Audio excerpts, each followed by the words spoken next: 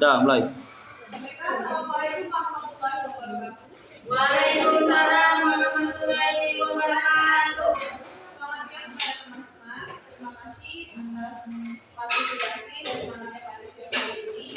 Baiklah, saya Sina Sari. Di sini saya selaku moderator untuk memandu jalannya diskusi kita pada penampilan teman kita kelompok 8 pada mata kuliah psikologi abnormal. Nah, di sini pada materi kali ini yang akan dibahas adalah mengenai materi gangguan suasana hati, di mana materi kali ini akan dijelaskan yang pertama oleh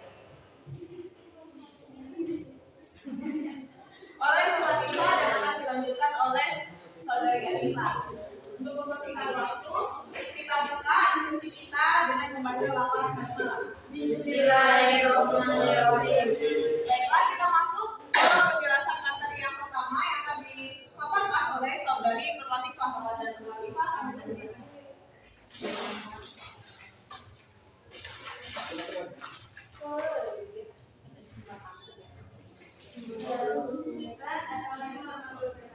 Waalaikumsalam warahmatullahi wabarakatuh.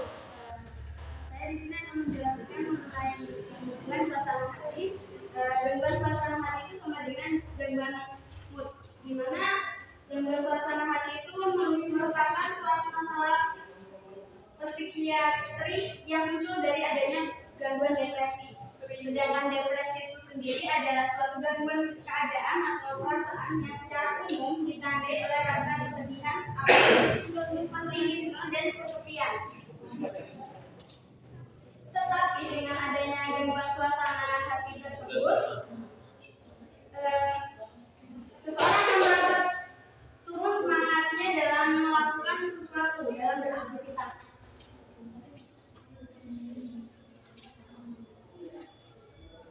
Beberapa orang dengan gangguan suasana hati mengalami perubahan suasana hati yang berlebihan atau secara signifikan.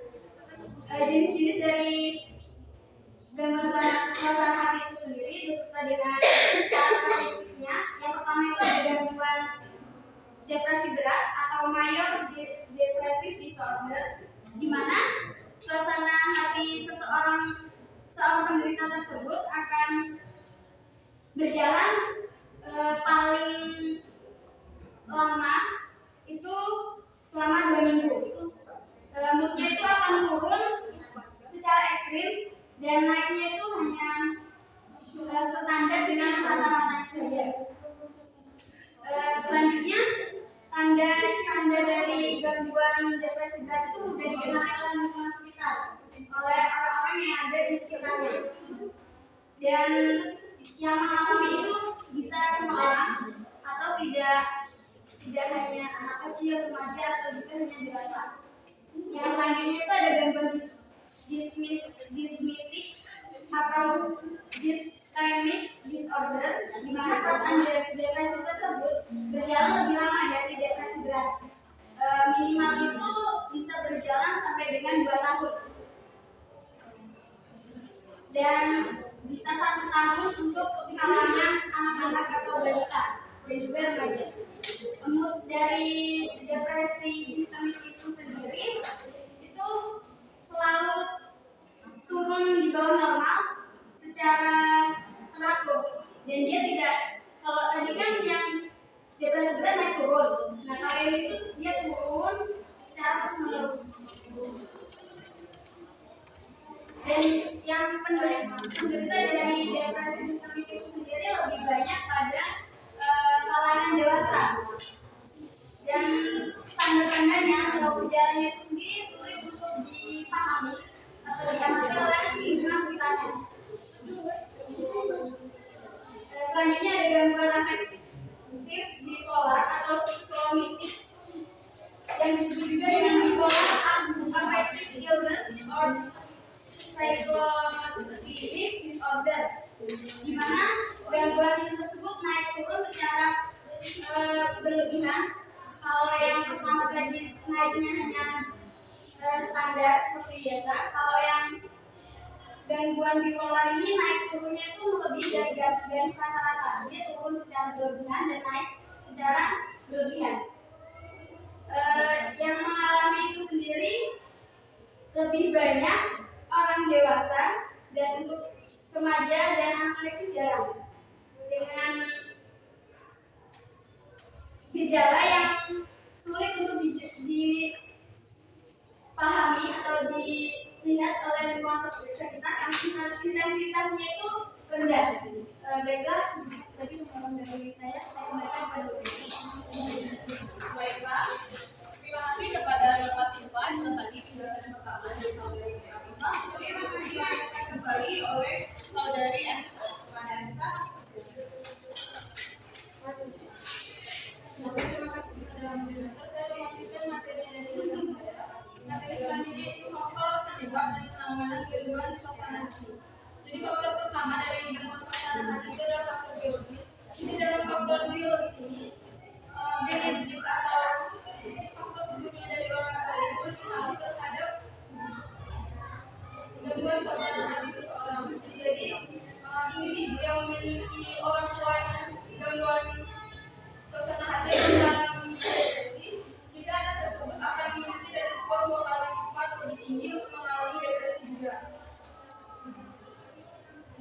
Yang kedua itu ada faktor psikologis. Jadi berdasarkan teori psikodinamika, berpandangan bahwa depresi ini melibatkan kemarahan yang ditujukan dalam diri sendiri. Jadi orang yang depresi itu cenderung untuk menyalahkan dirinya sendiri.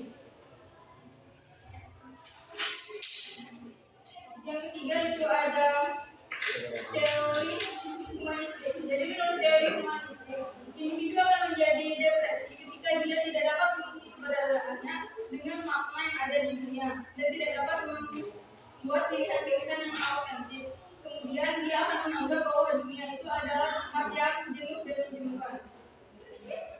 Yang keempat itu adalah negative cognitive style. Jadi negative cognitive style ini adalah kesalahan berpikir yang dimiliki oleh individu, di mana dia memfokuskan hal-hal negatif itu pada dirinya, dunia terdekat dan masa depannya. Nah, menurut penderita depresi memandang hal-hal itu dari sisi yang berbeda.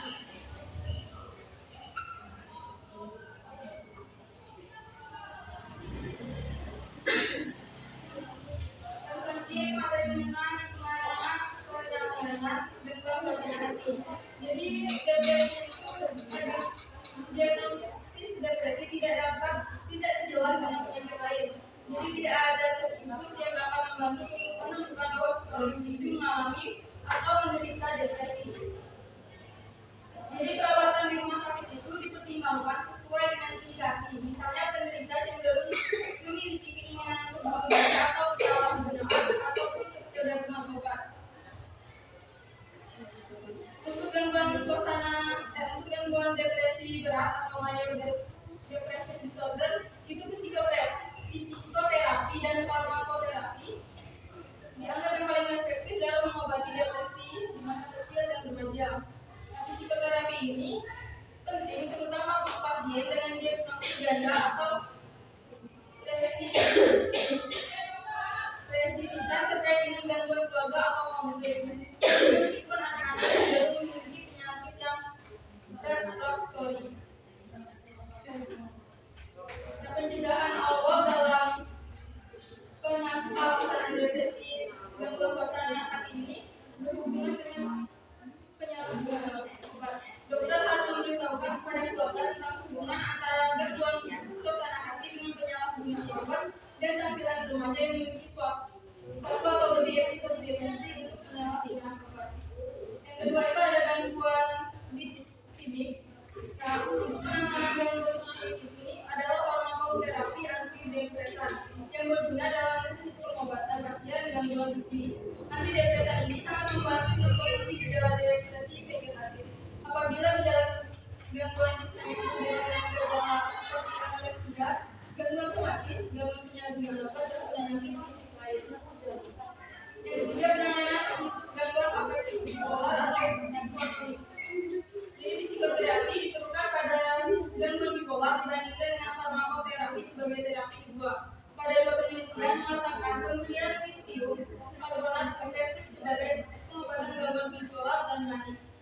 Demikian penjelasan saya. Pemberitaan kepada teman-teman. Baiklah, terima kasih. Itulah tadi penjelasan yang kedua dari saudari Anissa. Sudah selesai. Nah, sekarang kita akan memasuki sesi pertama pada sesi tanya jawab kepada teman-teman. Silakan untuk memberikan pertanyaan kepada Anda sore ini kita. Terima kasih kepada moderator. Izin bertanya kepada pemateri. Pertanyaan saya yaitu faktor apa sajakah yang menyebabkan remaja? Faktor apa sajakah yang menyebabkan remaja cenderung beresiko mengalami gangguan suasana hati hingga depresi? Terima kasih. Baik, yang kedua. Pensi. Baik, terima kasih kepada moderator telah memberi kesempatan untuk bertanya. Di sini pertanyaan saya itu bagaimana langkah-langkah atau apa saja yang dilakukan oleh konselor untuk menangani anak yang mengalami gangguan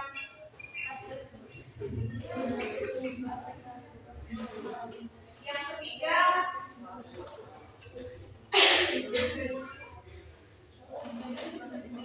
Bagaimana ciri orang yang mengalami gangguan mood atau gangguan suasana hati pada setiap individu? Pada setiap individu. Pada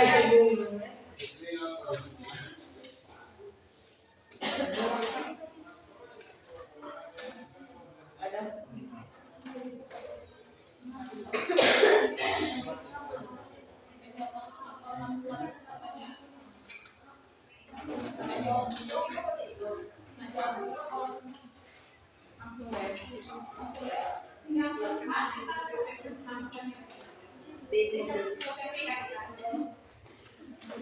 baik, terima kasih moderator. Izin bertanya sedikit kepada teman tadi. Jelaskan apa penyebab dan faktor apa yang sangat beresiko atau beresiko dari mood disorder dalam gangguan suasana hati. Terus apakah emosi yang tidak stabil atau turun naik itu termasuk dalam gangguan mood disorder itu? Baik, yang kelima. Izin moderator, bagaimana cara mengembalikan suasana hati atau mood yang tidak stabil menjadi stabil atau tidak baik menjadi baik? Sekian, terima kasih. Yang terakhir.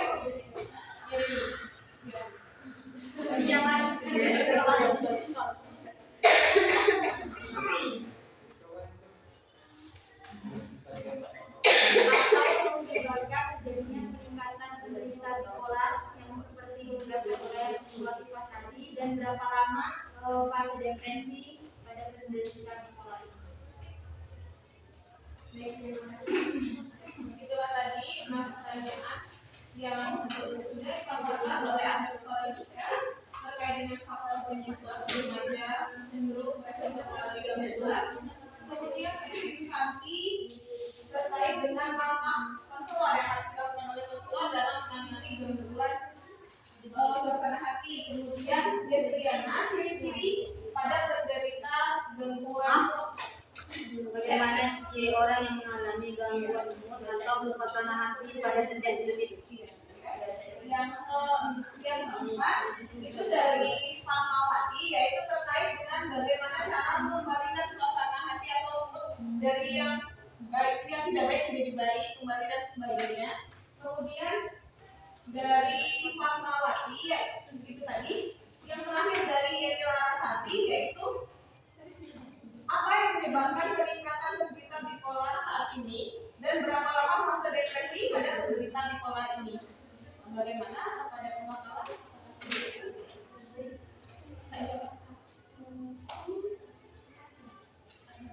Baik, pemakaman akan menjawab pertanyaan pertama dari Agnes Monika.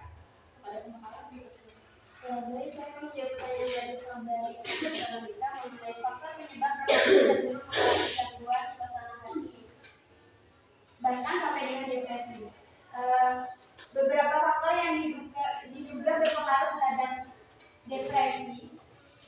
mengganggu suasana hati dari anak atau remaja itu yang pertama ada faktor genetik. Meskipun penyebab depresi itu secara pasti tidak ada ya, pastinya itu tidak ditentukan.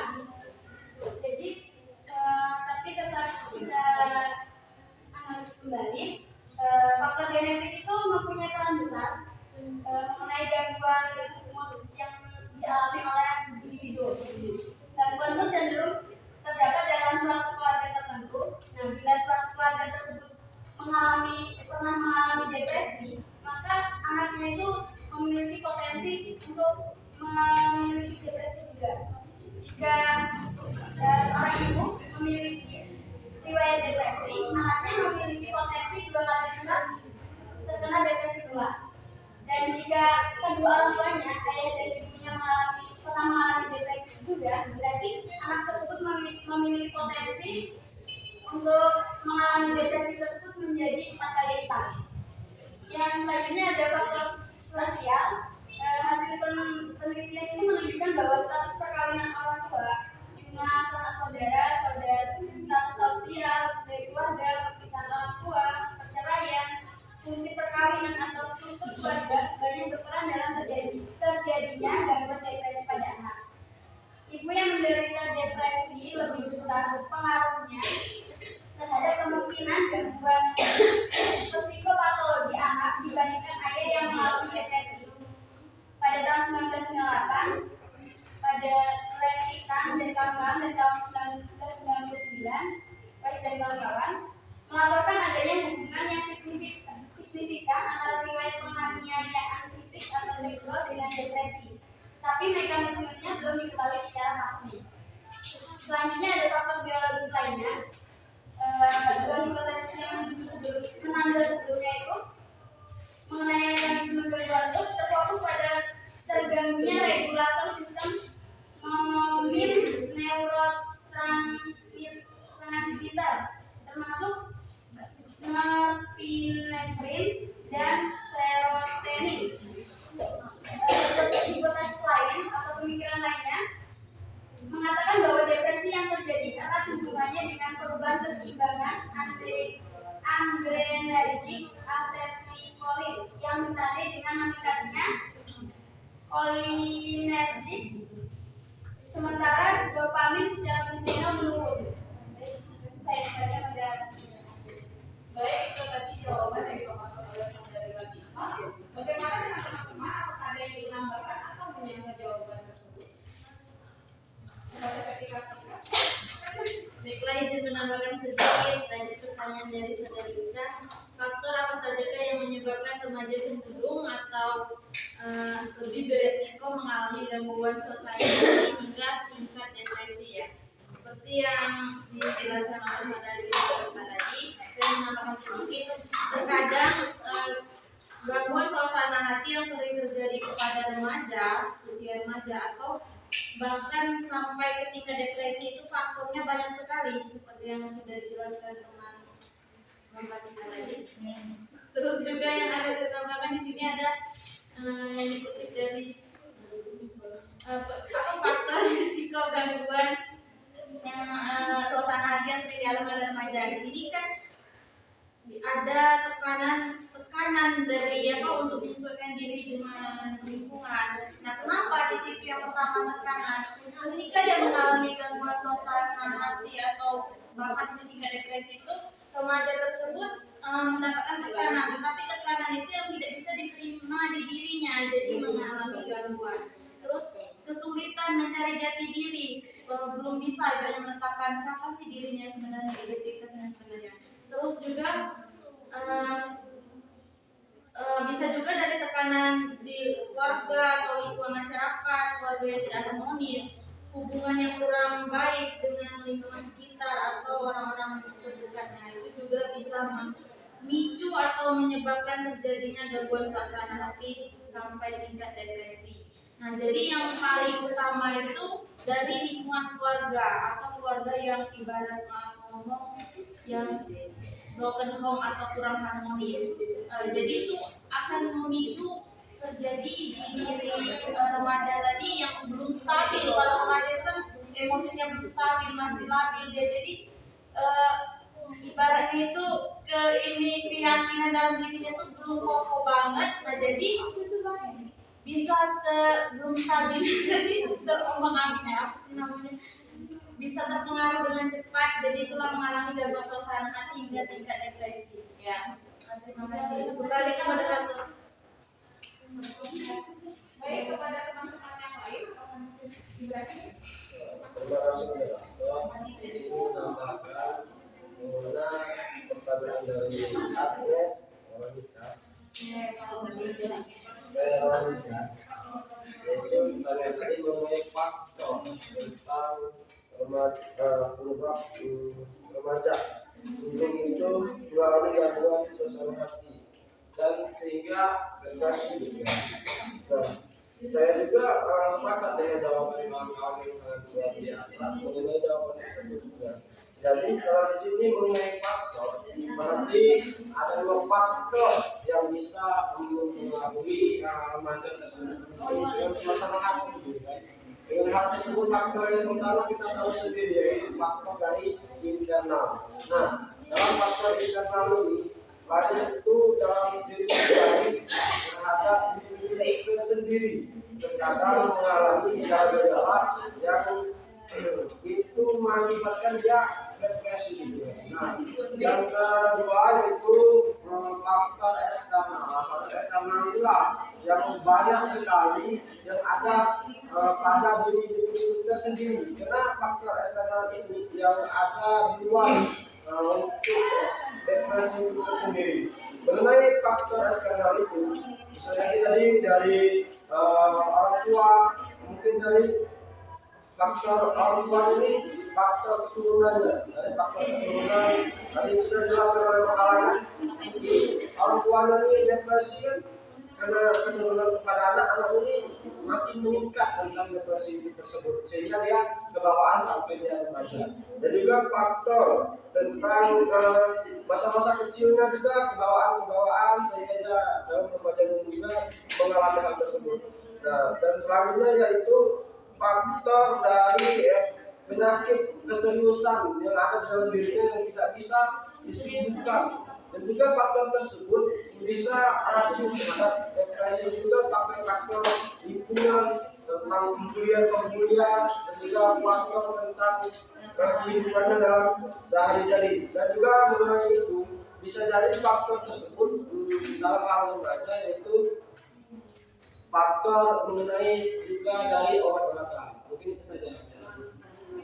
Baik, terima kasih atas penjelasannya saudara Ibrahim. Kepada teman-teman satu lagi, terima kasih kepada moderator. Ini menambah jawaban pertanyaan faktor apa saja yang menyebabkan remaja cenderung beresiko mengalami gangguan suasana hati hingga depresi? Apakah benar?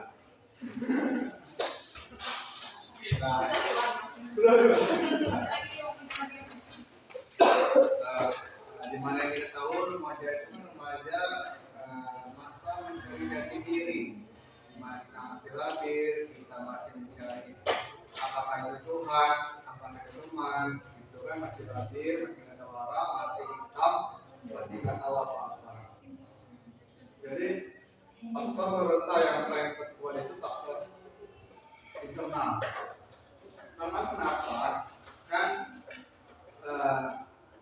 anak itu kan sebenarnya dari orang tua, dan gimana kelakuan orang tua pada anaknya bisa membentuk pola pikir terhadap anak tersebut.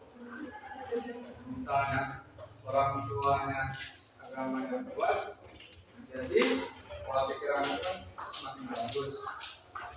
Apabila sebaliknya, jadi bisa jadi anak tersebut mengalami gangguan suasana hati. Kemudian faktor eksternal yaitu dari lingkungan teman, lingkungan sekolah, dimana kita tahu sekarang teknologi yang paling canggih, apa-apa itu semua pasti diviralkan. Yang baik pun itu hakikatnya viral itu yang baik, padahal semua yang viral itu baik. Jadi yang kayak sekarang yang viral itu dianggap baik. Jadi perlu kita beritahu tahu pada anak-anak itu semua informasi yang kita saring terlebih dahulu. Jadi kenapa kita bisa mengalami gangguan suasana hati, depresi? Kita coba pikir kata-kata ini. Untuk apa kita depresi? Jika Allah itu ada, kan? Itu kalau Allah itu ada, Allah itu memberi depresi atau gangguan suasana hati, artinya dia ingin meningkatkan pola pikir kita, meningkatkan keimanan kita, agar kita berhasil melewatinya. Ya, terima kasih. Terima kasih kepada teman-teman. Saya akan mencoba sedikit dulu jawaban dan atas pertanyaan dari Agnes terkait dengan faktor-faktor kenapa sih remaja itu cenderung mengalami gangguan suasana hati dan depresi. Jadi jika teman-teman ingat, yang saya simpulkan dari jawaban teman-teman dan juga jawaban Sumakala, jika kita ingat kembali pada mata kuliah psikologi perkembangan remaja, bahwa remaja itu berada dalam slow and stress period. Artinya di remaja ini dia sedang mencari jati diri, sehingga dia berada dalam masa stres dan tekanan, di mana masa stres dan tekanan itu akan membuat remaja cenderung mengalami stres karena tuntutan-tuntutan dari lingkungannya untuk dia bisa segera mencapai tahap ke dewasa. Dari remaja itu kan kalau beralih dari anak-anak ke dewasa. Di sana mereka mengalami stres dan tuntutan-tuntutan yang ada di masyarakat karena mereka sudah masuk ke masyarakat, sudah bisa bergaul masyarakat, sudah bisa diterima di masyarakat, sudah bisa dianggap dan juga sudah memiliki kriteria yang harus dipenuhi pada usia tersebut, sehingga mereka merasa stres, mencari jati dirinya bagaimana. Itulah mengapa remaja sering mengalami gangguan suasana hati atau depresi. Demikian jawaban atas pertanyaan saudari Agnes. Bagaimana? Sudah jelas. Baik, terima kasih. Selanjutnya, Pemakala akan menjawab pertanyaan saudari Yeni Larasati terkait dengan apa sih penyebab terjadinya peningkatan penderita bipolar saat ini dan berapa lama fase depresi pada penderita bipolar. Kepada Anissa, silakan. Terima kasih kepada moderator. Jadi menurut peneliti, salah satu faktor yang menyebabkan peningkatan penderita bipolar itu karena bipolar itu dipengaruhi oleh faktor genetik. Jadi orang tua yang memiliki gangguan bipolar, anaknya itu cenderung 2 kali lipat untuk memiliki gangguan yang sama. Nah, selain faktor genetik itu juga ada faktor dari lingkungan sosial. Misalnya ketika individu mengalami stres, namun tidak mendapat dukungan sosial, akhirnya itu akan berkembang menjadi depresi, kemudian bisa juga menjadi bipolar. Nah, untuk berapa lama depresi terjadi? Jadi untuk gangguan bipolar itu depresinya minimal terjadi selama 2 minggu berturut-turut. Nah, itu minimalnya. Jadi untuk setiap individu itu bisa berbeda. Sekian saya berikan penjelasan. Baik, itu tadi penjelasan dari saudari Anissa. Bagaimana dengan teman-teman yang lain? Apakah ada yang ingin menambahkan kepada saudari Fatmawati? Menambahkan Yeni.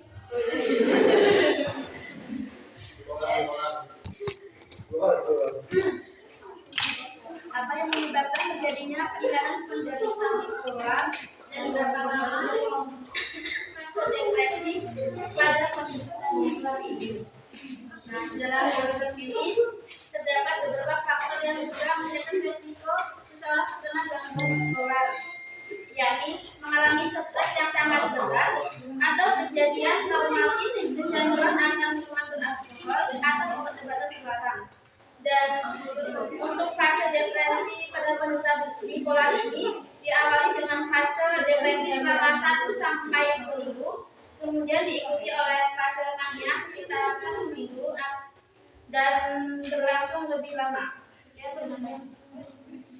Baik, selanjutnya kepada saudari Linda. Saya sedikit menambahkan tadi apa yang menyebabkan bipolar itu meningkat, peningkatan bipolar. Kalau menurut saya itu depresi, stres itu menjadi faktor utama untuk peningkatan penderita bipolar pada akhir-akhir ini, karena pada yang pertama melalui ada juga kita baru menyelesaikan masa pandemi dan itu menjadi apa ya, beda suasana dulu dengan pandemi. Jadi saat pandemi itu kan orang jadi harus di rumah, biasanya dia keluar kerja, jadi dia harus di rumah untuk menghindari COVID. Jadi itu untuk orang yang tidak terbiasa itu akan menyebabkan stres.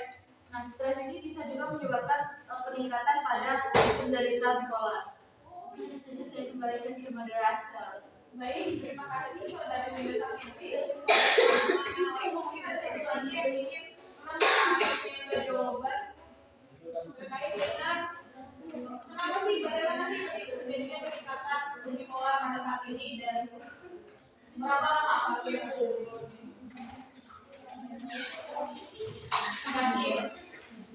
Baik,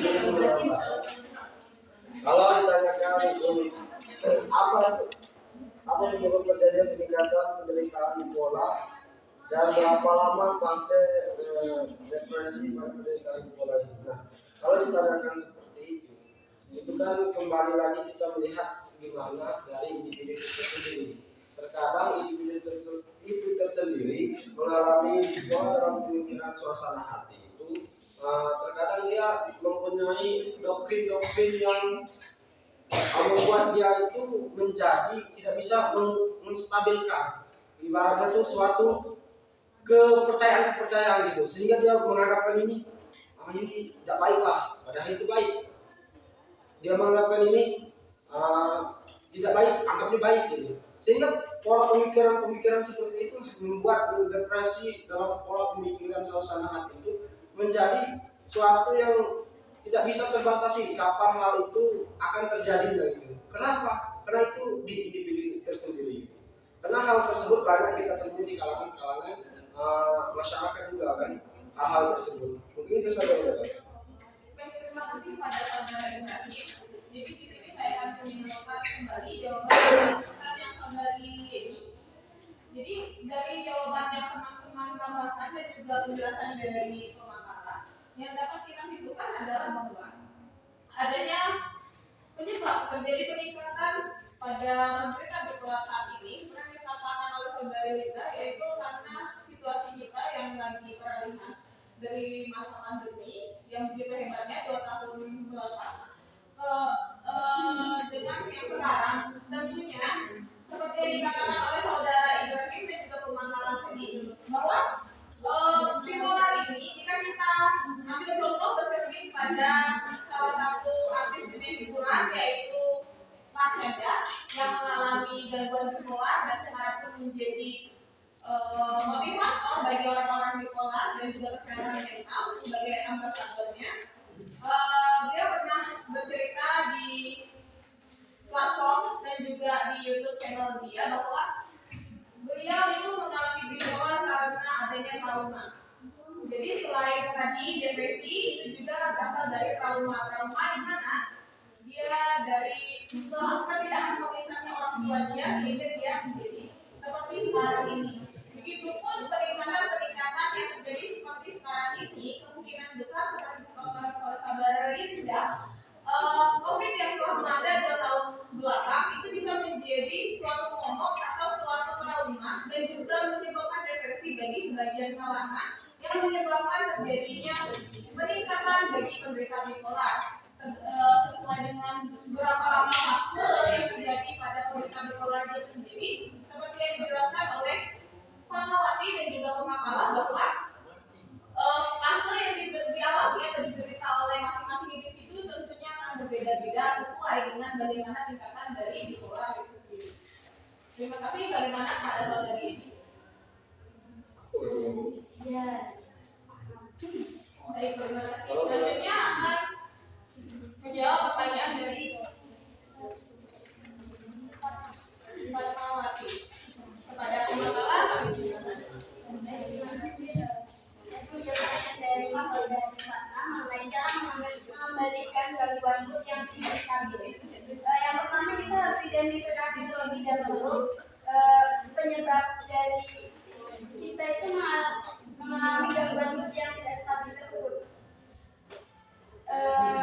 juga akan mencoba cari tahu bagaimana sih cara mengobatinya agar tidak terjadi terus menerus dan akan menjadi masalah yang semakin besar.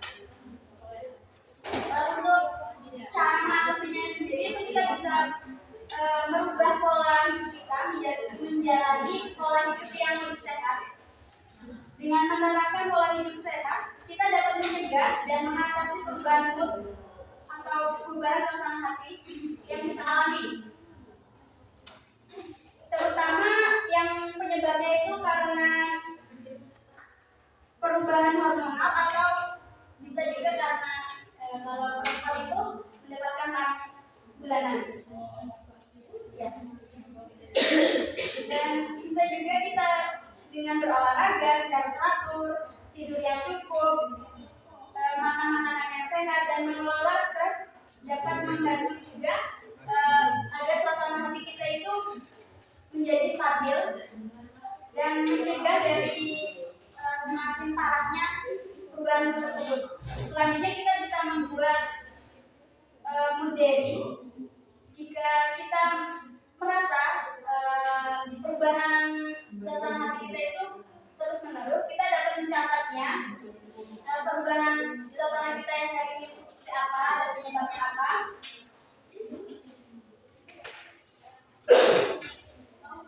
Kapan dan juga mengapa. Yang mana hal tersebut kita catat di buku catatan pribadi kita. Dengan hal ini kita bisa menganalisis penyebab dari perubahan suasana hati kita itu apa dan terjadinya itu secara berlebihan atau tidak. Dan yang selanjutnya itu yang paling utama kita konsultasi ke psikolog jika mengalami kesulitan untuk mengatasi perubahan suasana hati itu.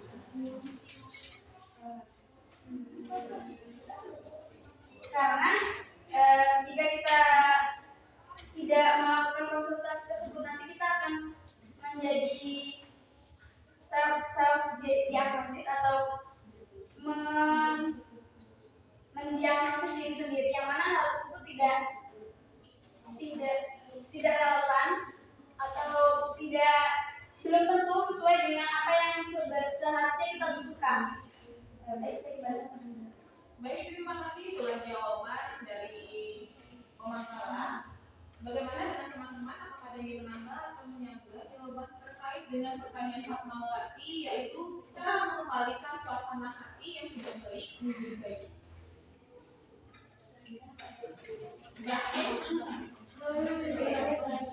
Baiklah, sedikit memperjelaskan lagi. Ini kan kalau kita dalam konteks kehidupan sehari-hari kita lah sebagai mahasiswa yaitu dan sebagai anak prodi PKPI. Nah, dalam hal tersebut untuk mengubah dari suasana hati, terkadang kita ini kan dari bangun tidur, mood terhadap suasana hati itu kadang malas sekali untuk kuliah, apalagi mandi dan lain sebagainya kan. Itu kan hal yang buruk yang harus kita ubah menjadi baik kata Pak Mas. Nah, hal itulah yang harus kita ubah. Yang pertama itu kita mempunyai suatu prinsip hidup. Bagaimana dari moto hidup kita tersebut. Dari misalnya kita mempunyai moto kita apa? Senyum orang tua itu adalah masa depanku. Nah, dengan moto tersebut kita bisa memastikan aku tidak boleh harus bermalas-malasan dari aku harus malas untuk kuliah, malas untuk mandi pagi, malas untuk makan dan menjaga kesehatan. Hal tersebut kita tidak boleh. Kenapa? Karena hal tersebut buruk untuk menggapai dalam cita-cita kita tersebut. Nah, yang harus kita lakukan dalam hal tersebut yaitu bagaimana mengolah dengan doktrin pemikiran kita yang buruk tersebut harus ubah dengan mindset kita itu menjadi bagaimana kita sebagai mahasiswa itu. Masa kita sebagai mahasiswa pemikirannya cuma seperti memikirkan tahu tempe gitu kan. Harusnya kita memikir yang lebih besar lagi, memikirkan ayam atau ikan gitu kan. Seharusnya gitu. Nah, dalam hal tersebut kita memastikan gitu bahwa kita ini sebagai mahasiswa bisa mengolah dan suasana hati itu menjadi baik sehingga kita mempunyai suatu prinsip, suatu cita-cita, suatu tujuan hidup untuk masa depan kita yang lebih baik. Mungkin itu saja yang dia. Terima kasih atas penjabarannya saudara Ibrahim. Bagaimana dengan teman-teman yang lain? Mbak. Kalau dari pengalaman saya, merubah dari mood yang buruk dari mood yang buruk saya, yang pertama kalau saya tidur. Nah, bangun tidur karena tidur membuat kita tidak kepikiran dengan masalah yang terjadi. Kemudian yang kedua play musik yang membuat mood kita menjadi lebih baik, yang menyenangkan. Kalau saya sukanya lagu galau, merubah mood yang buruk saya baik. Nah, di situ saya belanja makanan. Itu membuat saya jadi happy kembali. Jadi mood yang tadinya buruk bisa tertutupi dengan menjadi lebih baik. Setelah itu paling efektif makan es krim. Terima kasih. Saya balikan ke moderator. Terima kasih atas tips-tipsnya dari saudari Edi. Kemudian dilanjutkan oleh saudari Putri Hawati.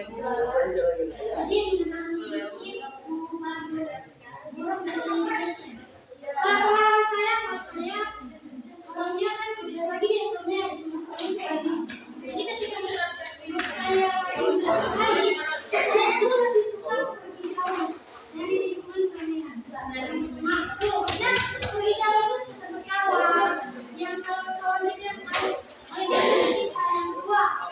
Saya lebih suka kalau saya bicara dulu, saya tuh lebih suka makan-makan kan sebenarnya di sama. Dan yang ketiga itu saya lebih suka jalan-jalan. Ya. Kedua tadi tips-tips yang sudah dipaparkan oleh Edi dan juga Putri. Kemudian baiklah, saya akan menyimpulkan jawaban atas pertanyaan saudari Salma bagaimana cara mengalirkan dulu dengan kriteria dengan baik dan yang baik. Itu seperti yang dikatakan oleh pengamal lain, kalau kita cari tahu faktornya apa.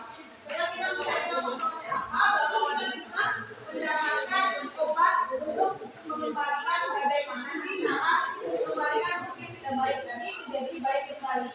Nah, tips-tips dan trik-triknya itu bergantung individu masing-masing sesuai dengan kebutuhannya, sesuai dengan kebutuhannya, seperti yang contoh dari Edi dan juga Priawati tadi sampaikan bahwa di antara mereka mengembalikannya itu adalah kehidupan dan juga ada perbedaan. Jadi sesuai dengan bagaimana individu itu membuat diri itu dan bagaimana cara individu itu melihat sesuatu, memandang sesuatu, prosesnya bagaimana. Dari situlah bisa kita sudah dapat faktornya. Dan situlah kita bisa untuk merubah, melakukan sesuatu untuk merubah mood yang tidak baik tadi menjadi baik kembali. Bagaimana saudara Fana? Terima kasih Mbak Sa. Baiklah, kemudian yang selanjutnya bakalan menjawab pertanyaan dari Sertika Tika kepada Sertika Tika harus Saya menjawab pertanyaan dari sertifikat. Mengenai penyebab dan faktor yang paling berisiko dalam gangguan seperti yang sudah dijelaskan sebelumnya pada pertanyaan saudari kan faktor ya. Faktornya itu sama saja, yaitu faktor genetik, sosial, dan juga biologis. Faktor genetik itu bisa dari orang tuanya yang pernah mengalami masalah, yang pernah mengalami depresi, yang mana hal tersebut menurun kepada anaknya tersebut atau pada individu tersebut. Dan selanjutnya ada faktor sosial, yang mana faktor sosial ini bisa seperti pengalaman atau kejadian masa lalu yang membuat dia menjadi mengalami depresi tersebut. Seperti dia sering melihat orang tuanya berkelahi, lalu dia juga kurang dukungan saat dia sudah mengalami stres, lalu sekitarnya itu tidak memberikan dukungan atau penanganan ringan agar stresnya itu atau depresinya itu menurun, malah semakin membuat dia tertekan yang akhirnya membuat depresinya itu semakin memburuk.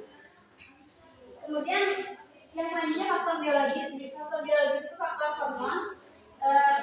Contohnya itu pada tidak stabilnya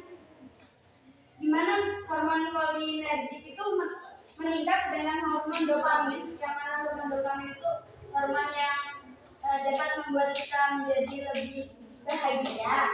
Namun hormon tersebut menurun, jadi hormonnya itu semakin memburuk, yang membuat depresinya menjadi semakin besar. Saya kembalikan kepada Anda. Baik, itu tadi penjelasan dari pemakaran kepada teman-teman.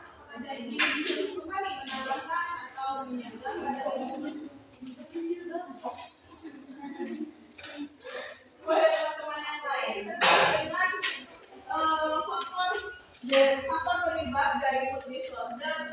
Kemudian apakah suasana emosi yang naik turun termasuk dari mood disorder? Kalau berlebihan ya. Kepada saudara Rika, silakan. Sedikit menambahkan, jika misalnya emosi yang naik turun, apakah termasuk namanya emosi itu orang kan ada fase-fasenya naik, kalau ada yang turun. Kalau misalnya menurut saya kalau dalam batas wajar, ada saatnya kita naik dia naik, saat turunnya turun, itu menurut saya bukan hal yang menjadi gangguan. Tapi kalau misalnya sudah sangat berlebihan dan tanpa ada hal yang mendasari dia tiba-tiba emosinya naik, nah itu baru gangguan.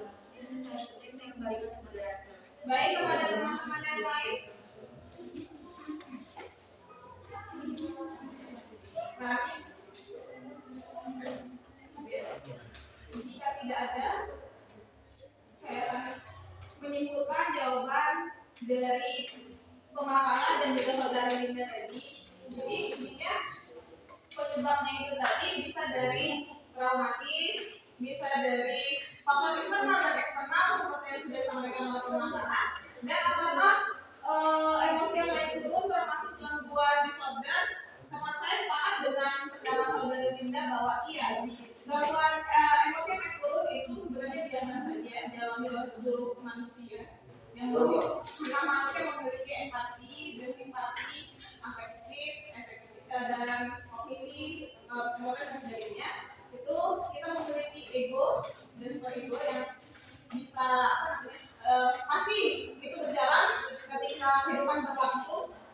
Namun apabila dia sudah ke fase ekstrim atau depresi hingga maniak, artinya terus berulang-ulang dan berlebihan hingga menyebabkan ingin bunuh diri, itu termasuk gangguan suasana hati, bahkan hingga gangguan kepribadian.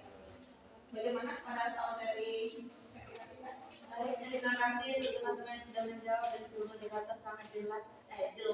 Terima kasih. Baik, selanjutnya pertanyaan Lensi akan dijawab oleh saudari Anissa.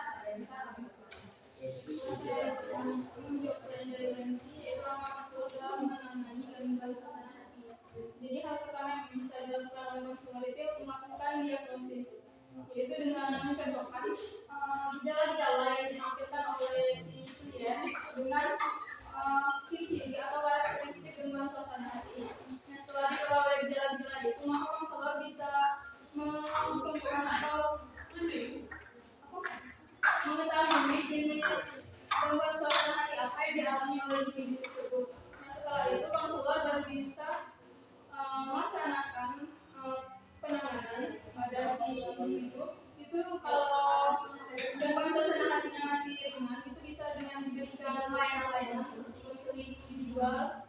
Jadi kalau gangguan suasana hatinya sudah lebih berat, itu bisa diberikan perawatan terapi dan juga biomedis.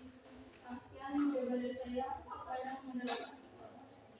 Baik, itu tadi penjelasan dari Anissa terkait dengan pertanyaan saudari Lensi terkait dengan apa yang bisa dilakukan oleh konselor dan menangani anak yang mengalami gangguan emosi. Bagaimana dengan teman-teman yang lain?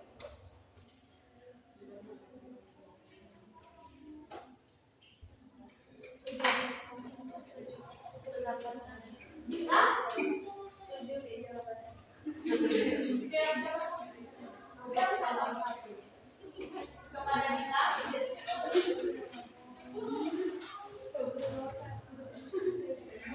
bagaimana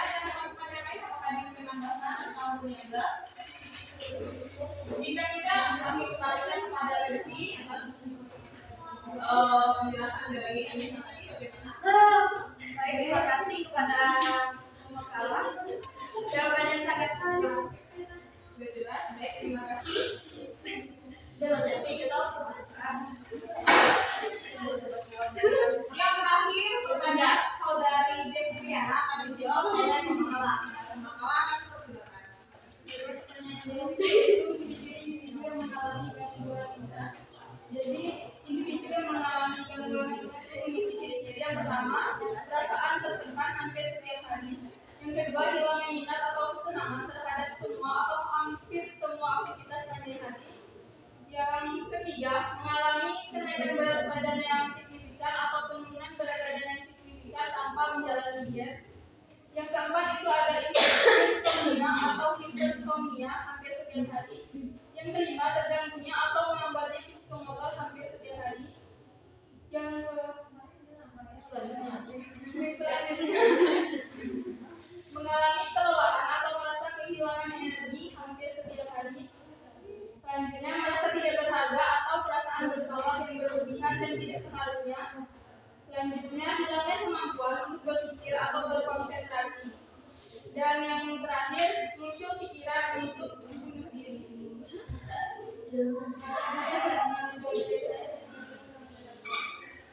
Baiklah, dari penjelasan dari pemaparan bagaimana teman-teman yang lain yang ada yang menambahkan daripada saya yang Dan ciri orang yang merasakan gemuk atau halusinasi pada setiap individu itu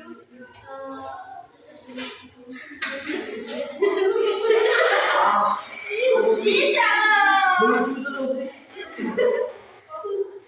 Terus. Yang suasana hati apa? yaitu di antaranya suasana hati yang terus-menerus merasa sedih, cemas, ataupun kosong. Terus merasa putus asa dalam setiap tindakannya. Terus memiliki harga diri yang rendah atau merasa dalam fase yang tidak baik.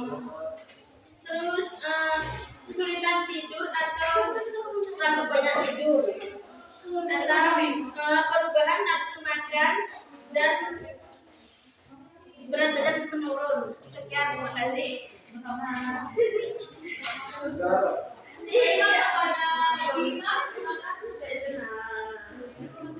Baiklah, saya akan menambahkan pertanyaannya. Pertanyaannya, bagaimana ciri orang yang mengalami gangguan atau suasana hati pada setiap individu? Yang pertama, mudah tersinggung. Yang kedua, mudah marah. Yang ketiga, mudah jengkel. Keempat, mudah berdetak. Kelima, sulit berpikir jernih. Itu saja. Terima kasih. sama-sama kepada kita, terima kasih kepada satu lagi mungkin pada saat ini menambahkan Terima kasih kepada satu.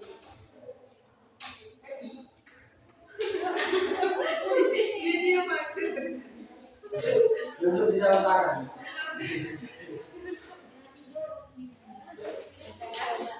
Kalau jika tidak ada, bagaimana berhubung dengan sudah dikirim ke Oke, bagaimana dengan teman-teman yang lain? Apakah sudah mengerti dan paham? Salam. Baik, terima kasih.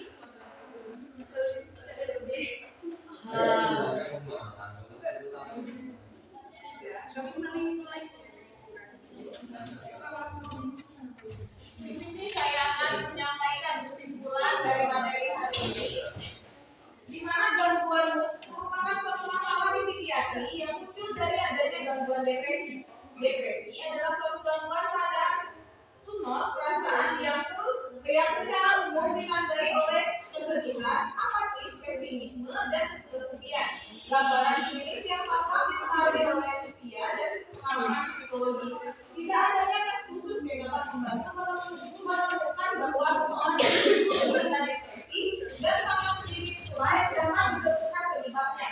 Faktor keluarga memiliki peran yang sangat dalam awal mendeteksi adanya gangguan. Gangguan menurut DSM 4 terbagi menjadi 3, yaitu 1. Depresi berat atau mild depresi disorder, di mana suasana perasaan depresi hampir sepanjang hari.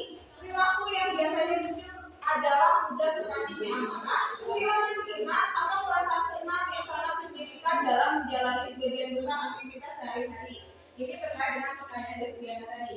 Yang kemudian yang kedua, gangguan distimik atau dysphoric disorder, suatu bentuk depresi yang lebih kronis tanpa ada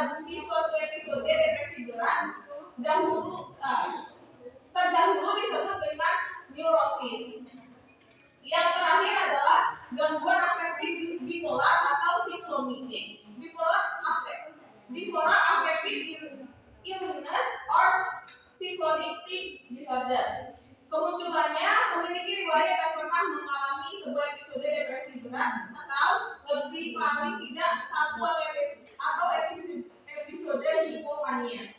Ini terkait dengan pertanyaan dari saudari Yeni dan juga saudari Agnes Veronica tadi. Nah, baiklah teman-teman, demikianlah hasil diskusi kita. Terima kasih atas semangat dan partisipasinya teman-teman KDSM hari ini. Kita akhiri diskusi kita dengan membaca lokasi kementerian.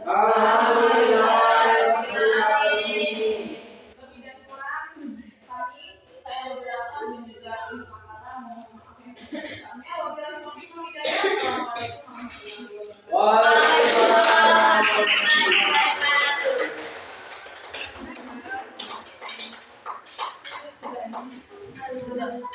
wabarakatuh.